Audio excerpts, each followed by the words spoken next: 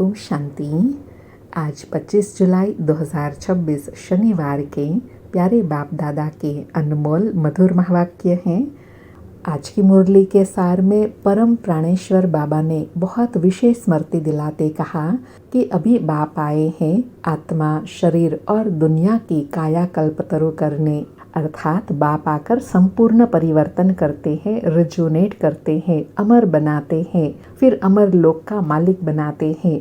और बाबा कहे शरीर, आत्मा, प्रकृति यह परिवर्तन कब होंगी, इसकी काया कल्पतरु कब होंगी, याद से। और बाबा ने सच्चे जियदान का भावार्थ बताया। कहते हैं मैं आता हूँ मौत देने, अर्थात इस पुरानी देह और पुरानी दुनिया से निकाल तुम्हें अपने साथ ले जाता हूँ। इसको कहा जाता है सच्चा सच्चा जियदान, क्योंकि बाप आकर सर्व दुखों से छुड़ाई, पावन बनाई, अपने साथ ले जाते हैं। फिर गीत की स्मृति दिलाते कहा कि गाते हैं माता ओ माता तू है जग की भाग्य विधाता। तो बाबा कहे जैसे सारे जगत की माता यह अम्बा मम्मा है, वैसे जगत का पिता भी है। और दूसरा जगत पिता कहा जाता है निराकार शिव बाबा को। एक है आत्माओं का बाप शिव बाबा, दूसरा है साकारी मनुष्य आत्माओं का बाप ब्रह्मा, और है जगतम्बा मम्मा। फिर और विशेष स्मृति दिलाते कहा कि अभी तुम बच्चे जानते हो हम ब्राह्मण कुल के हैं चोटी, चोटी के ऊपर है शिव बाबा। हम पहले ब्राह्मण चोटी सर्वश्रेष्ठ थे, फिर वैश्य शूद्र अथवा पैर बने, पैर से एकदम चोटी बनते हैं, अर्थात शूद्र से ब्राह्मण सर्वश्रेष्ठ बनते हैं। वह ये कहे पाँव की मिट्टी से लेकर एकदम चोटी सर्वश्रेष्ठ बनाते हैं, बाबा दिल तख्त पर बिठाते हैं। फिर और बहुत विशेष स्मृति दिलाई कि यह है संगम युग, पतित से पावन बनने का मेला, वह है नदियों का मेला, यह है ज्ञान सागर और ज्ञान नदियों का मेला। बाबा कहे तुम यहाँ आए हो ज्ञान सागर के पास, ज्ञान गंगाए तुम ज्ञान सागर से निकली हुई हो, तुम ज्ञान स्नान कराई पावन बनते हो, योग सिखाते हो, सागर का परिचय दे तुम यहाँ बाप के पास मधुबन में ले आते हो सच्चे सच्चे कुंभ मेले पर, अर्थात तुम आत्मा और परमात्मा का मिलन कराते हो। सुनते हैं प्यारे बाप दादा के अनमोल मधुर महावाक्य। आज बाबा कहे मीठे बच्चे तुम यहाँ आए हो अपने सहित सारी दुनिया की काया कल्पतरु बनाने, याद से ही काया कल्पतरु होंगी, अर्थात जितना याद में रहेंगे उतना आत्मा कंचन पवित्र निरोगी होंगे, बड़ी आयु होंगी। आज मुरली से प्रश्न है नरकवासी से स्वर्गवासी बनने की विधि कौन सी है। अभी तुम बच्चों को जियदान मिलता है कैसे। फिर से नरकवासी से स्वर्गवासी बनने की विधि कौन सी है। अभी तुम बच्चों को जियदान मिलता है कैसे। उत्तर में बाबा कहे नरकवासी से स्वर्गवासी बनने के लिए जरूर मरना पड़े।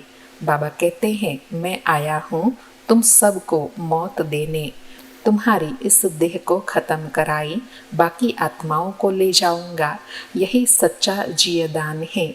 इसके लिए यह महाभारत लड़ाई है जिसमें सबका विनाश होगा, फिर आत्माएं पावन बन वापस घर जाएंगी, फिर स्वर्ग में आएंगी।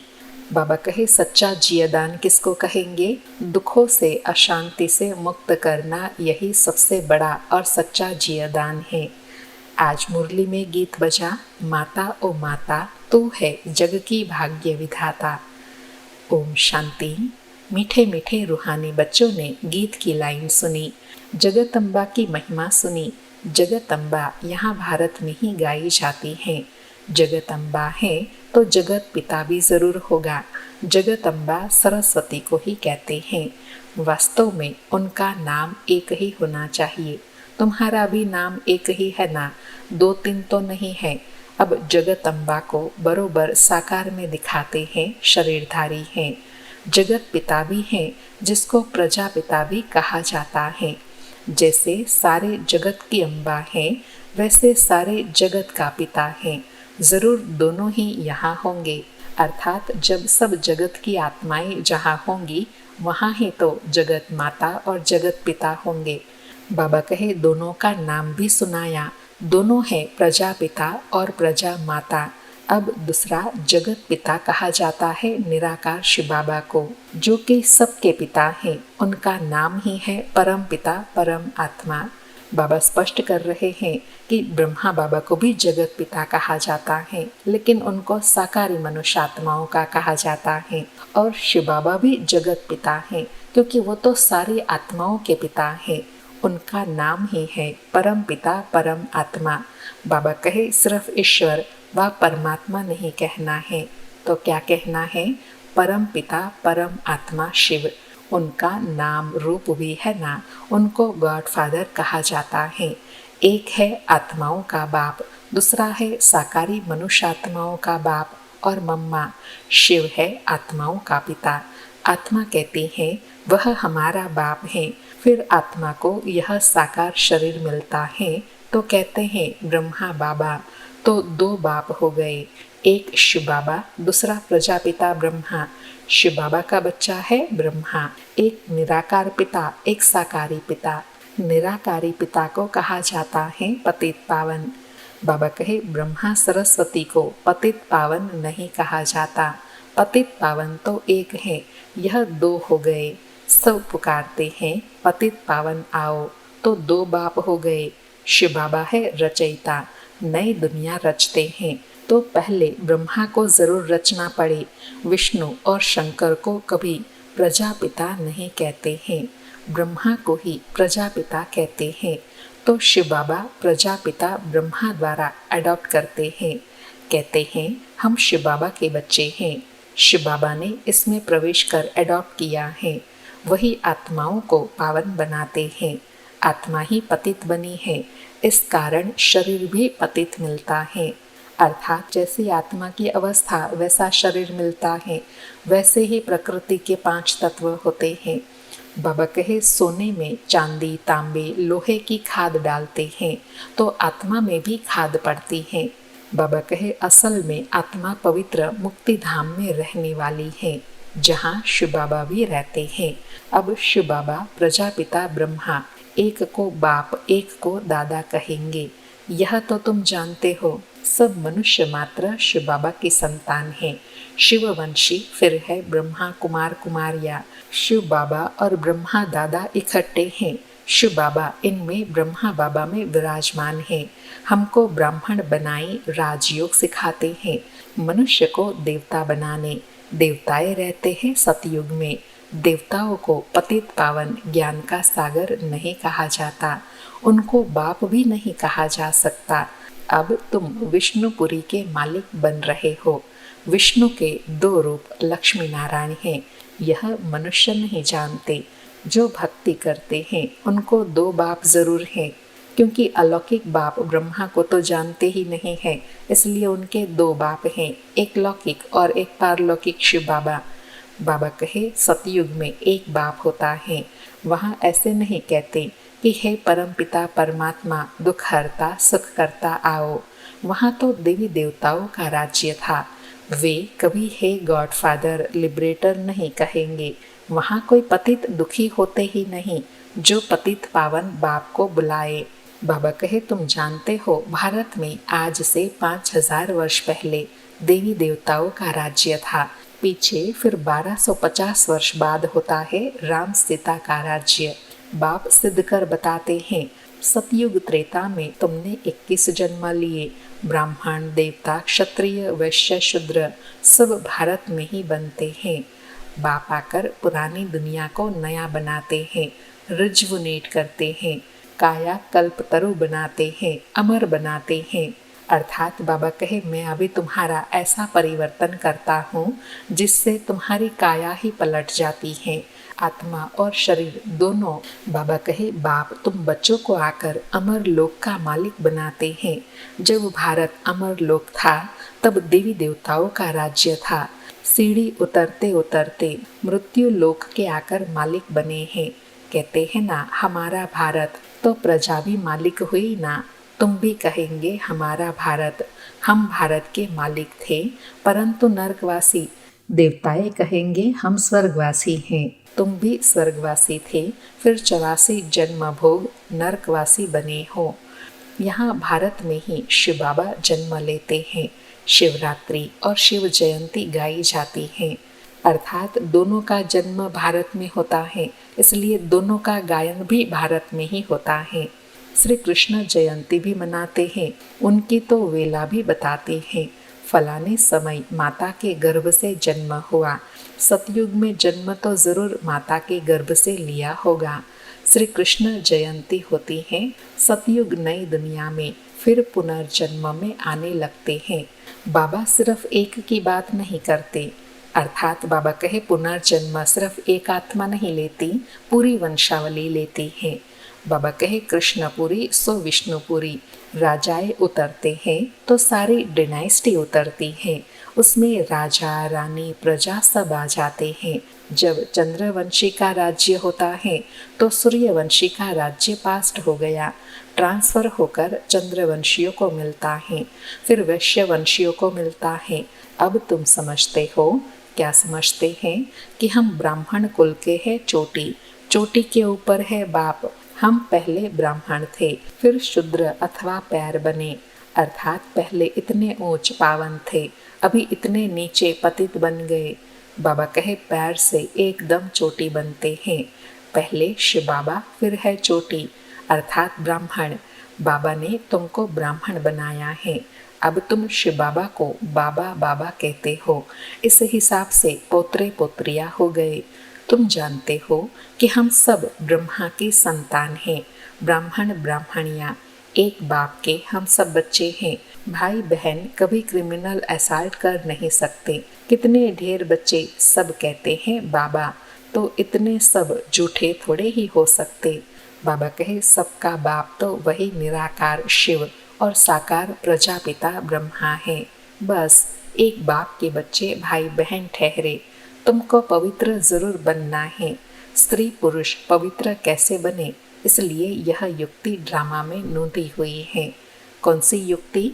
कि हम सब एक पिता के बच्चे हैं, भाई बहन व भाई भाई।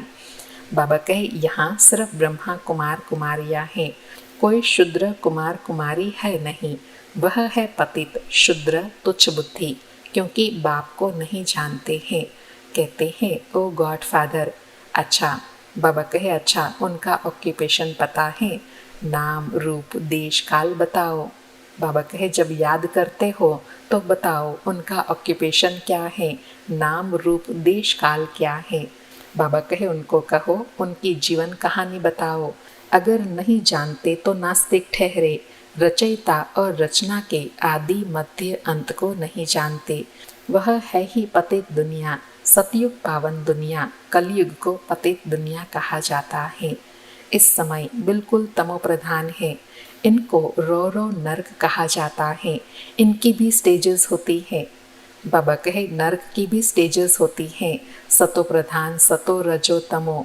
तो अभी नर्क कहो व कलयुग कहो, उसकी एकदम तमो प्रधान अवस्था है। बाबा कहे द्वापर से नर्क बनना शुरू होता है, फिर वृद्धि को पाते हैं। भक्ति भी पहले सतो प्रधान अव्यभिचारी थी, फिर सतो रजो तमो होती है।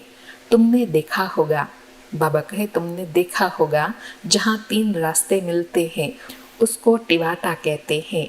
उस पर तेल आदि चढ़ाते हैं, माथा झुकाते हैं। अब कहाँ शिव बाबा की पूजा, कहाँ टिवाटे की। इसको कहा जाता है तमो प्रधान भक्ति। बाबा स्टेजेस की बात बता रहे हैं कि जब भक्ति सतो प्रधान होती है तो शिव की भक्ति करते हैं, और जब भक्ति में भी तमो प्रधान आत्मा बन जाती है तो रास्ते की, टिवाटे की, पेड़ पौधे आदि की पूजा करते हैं। क्योंकि आत्मा जितनी तमो प्रधान अवस्था को पाती है उतनी भक्ति भी नीचे स्तर की करते हैं। बाबा कहे पानी की भी पूजा करते हैं। पतित पावनी गंगा बहुत गाते हैं। अब पतित पावन कौन? बाबा कहे बताओ अब पतित पावन कौन? पानी की गंगा कैसे पतित पावनी हो सकती है? वह तो पानी है ना, पतित पावन तो बाप है।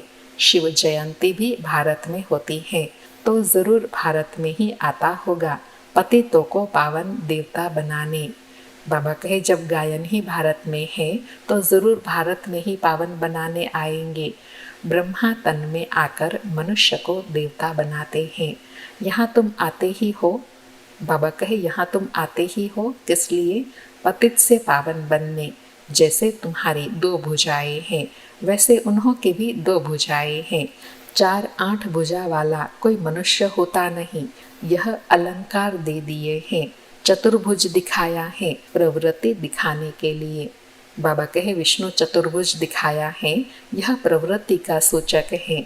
विष्णुपुरी लक्ष्मी नारायण की पुरी को कहा जाता है। वैष्णव अक्षर भी विष्णु से निकला है। देवताए वैष्णव थे। वल्भाचारी वैष्णव होते हैं, वेजिटेरियन। यह कोई निर्विकारी नहीं होते हैं। उन्हों की बड़ी हवेलियाँ होती हैं। वैष्णव का अर्थ ही नहीं समझते हैं। विष्णुपुरी में रहने वाले को वैष्णव कहा जाता है। बाबा स्पष्ट कर रहे हैं कि वैष्णव किनको कहेंगे। एक तो विष्णुपुरी में रहने वाले, और दूसरा जिनका खान पान रहन सहन पवित्र है, उनको वैष्णव कहेंगे। बाबा कहे वैष्णव पवित्र को कहा जाता है। राधे कृष्ण का अलग मंदिर, लक्ष्मी नारायण का अलग मंदिर बना दिया है। भारतवासी जानते नहीं कि उन्हों में क्या फर्क है। राधे कृष्ण ही लक्ष्मी नारायण बनते हैं, यह किसी को भी पता नहीं। वह है बचपन का रूप राधे कृष्ण, वह है बड़ेपन का रूप लक्ष्मी नारायण। लक्ष्मी नारायण के छोटेपन के चित्र कोई है नहीं। लक्ष्मी नारायण को सतयुग में, राधे कृष्ण को द्वापर में ले गए हैं। अभी तुम रचयिता बाप और रचना के आदि मध्य अंत को जान गए हो। अर्थात बाबा कहे अभी तुमको इन ज्ञान की सब गुह्य बातों की समझ आई है। बाबा कहे ड्रामा का भी राज समझाते हैं। झाड़ को देखने से समझेंगे कि शंकराचार्य तो कलयुग में आते हैं। सन्यासियों की डिनाइस्टी सतयुग में तो हो नहीं सकती। सब भगवान के बच्चे हैं, तो स्वर्गवासी होने चाहिए। बाबा लॉजिक बता रहे हैं कि सब भगवान के बच्चे हैं, भगवान स्वर्ग की रचना करते हैं, तो उनके सब बच्चे स्वर्ग में होने चाहिए। बाबा कहे परंतु स्वर्गवासी तो सब होते नहीं हैं, सिर्फ देवताएं ही होते हैं। अभी तुम ब्राह्मण वंशी बने हो, फिर देवता बनेंगे। पवित्र जरूर बनना है। तुम जानते हो छोटे बड़े सब ब्रह्मा कुमार कुमारियां हैं। दोनों कहते हैं बाबा हम आपके बच्चे हैं, ब्राह्मण हैं। यह है बाप दादा आदि देव ब्रह्मा और शिव बाबा। तुम जानते हो हम ब्रह्मा बाबा और शिव बाबा के सामने बैठे हैं। बाबा कहते हैं मुझे याद करो तो पतित से पावन बन जाएंगे। हम वर्षा शिव बाबा से लेते हैं। शिव बाबा हमारा बाप भी है, पतित पावन भी है, गुरु भी है। अब यह है संगम युग, पतित से पावन बनने का मेला। अर्थात बाबा कहे यह पतित से पावन बनने का सच्चा सच्चा कुंभ है संगम, जहाँ पतित से पावन बनते हैं। बाबा कहे पतित पावन बाप द्वारा ही पावन बनते हैं। संगम पर नदियों और सागर का मेला है। नदियों का मेला तो होता नहीं, अब ज्ञान सागर और तुम आत्माओं बच्चों का मेला लगता है। सच्चा सच्चा बाबा कहे मेला यह है। तुम आए हो ज्ञान सागर के पास, ज्ञान गंगाए तुम ज्ञान सागर से निकली हुई हो। तुम ज्ञान स्नान कराई पावन बनाते हो, योग सिखाते हो। सागर का परिचय दे तुम यहाँ ले आए हो मेले पर। बाबा कितनी ज्ञान की गुह्य बात समझा रहे हैं कि तुम सब ज्ञान गंगाए हो। क्या करते हो? ज्ञान स्नान कराई, दूसरों को भी ज्ञान स्नान कराते हो, पावन बनाते हो, योग सिखाते हो, बाप का परिचय देकर सच्चे कुंभ मेले पर ले आते हो मधुबन में। बाबा कहे इस समय तुम सब ब्राह्मण बनते हो तो तुमको 3 बाप हैं। लौकिक बाप भी है और प्रजापिता भी हैं, फिर शिव बाबा भी हैं। भक्ति मार्ग में 2 पिता होते हैं, सतयुग में 1 पिता होगा। यह समझने की बातें हैं। अभी तुम्हारी आत्मा कहती है मेरा तो एक शिव बाबा, दूसरा ना कोई। मित्र संबंधी आदि होते हुए भी कहते हैं मेरा तो एक शिव बाबा है, उनकी याद से ही पतित से पावन बनना है। आत्मा जानती है वह हमारा बाप भी है, टीचर भी है, सतगुरु भी है। हमारी आत्मा को बाप लेने आए हैं। बाबा कहे यह स्मृति और नशा रहना चाहिए कि स्वयं भगवान हमारा बाप भी है, टीचर भी है, सतगुरु भी है। अभी हमको अपने साथ ले जाने आए हैं। बाबा कहे ब्रह्मा तन में प्रवेश कर पावन बनाते हैं। तुमको ले जाने के लिए बाप आए हैं। तुम सबको मौत देने आया हूँ। नरकवासी से स्वर्गवासी बनने के लिए जरूर मरना पड़े ना, इसलिए तो कहते हैं ना, मरने के बाद स्वर्ग मिलता है। लेकिन कौन से समय की बात है वह बाबा अभी स्पष्ट कर रहे हैं कि जब स्वयं भगवान लेने के लिए आते हैं उस समय मरने के बाद स्वर्ग मिलता है। हर मृत्यु पर स्वर्ग नहीं मिलता है। बाबा कहे तुम्हारी इस देह को खत्म कराई, बाकी आत्माओं को ले जाऊंगा। बाप कहते हैं तुमको जियदान देता हूँ। यह महाभारत लड़ाई है ना, सबका विनाश होगा, नहीं तो कैसे ले जाऊंगा। आत्माओं को पवित्र बनाई घर ले जाता हूँ। वह तो शांति धाम है। सतयुग आएगा तो कलयुग जरूर विनाश होगा। इसके लिए महाभारत लड़ाई मशहूर है। लगती भी संगम पर है, जबकि तुम मनुष्य से देवता बनते हो। बाबा कहे यह महाभारी महाभारत लड़ाई भी कब लगती है? संगम पर, जबकि स्वयं भगवान आते हैं, जब तुम मनुष्य से देवता बनते हो। अच्छा, मीठे मीठे सिक्के लधे बच्चों प्रति माता पिता बाप दादा का याद प्यार और गुड मॉर्निंग। रूहानी बाप की रूहानी बच्चों को नमस्ते। हम रूहानी बच्चों की रूहानी माता पिता बाप दादा को याद प्यार, गुड मॉर्निंग और नमस्ते नमस्ते। सारी मुरली से धारणा के लिए सार है। पहला पॉइंट, ज्ञान सागर में स्नान कर स्वयं को पावन बनाना है। मित्र संबंधियों के साथ रहते बुद्धि में रहे, मेरा तो एक शिव बाबा दूसरा ना कोई। दूसरा पॉइंट, विष्णुपुरी में चलने के लिए पक्का वैष्णव अर्थात पवित्र बनना है। नरक से जीते जी मरकर बुद्धि योग स्वर्ग में लगाना है। आज प्यारे बाबा का वरदान है, एक लगन एक भरोसा एक रस अवस्था द्वारा सदा निर्विघ्न बनने वाले निवारण स्वरूप भव। एक लगन एक भरोसा एक रस अवस्था द्वारा सदा निर्विघ्न बनने वाले निवारण स्वरूप भव।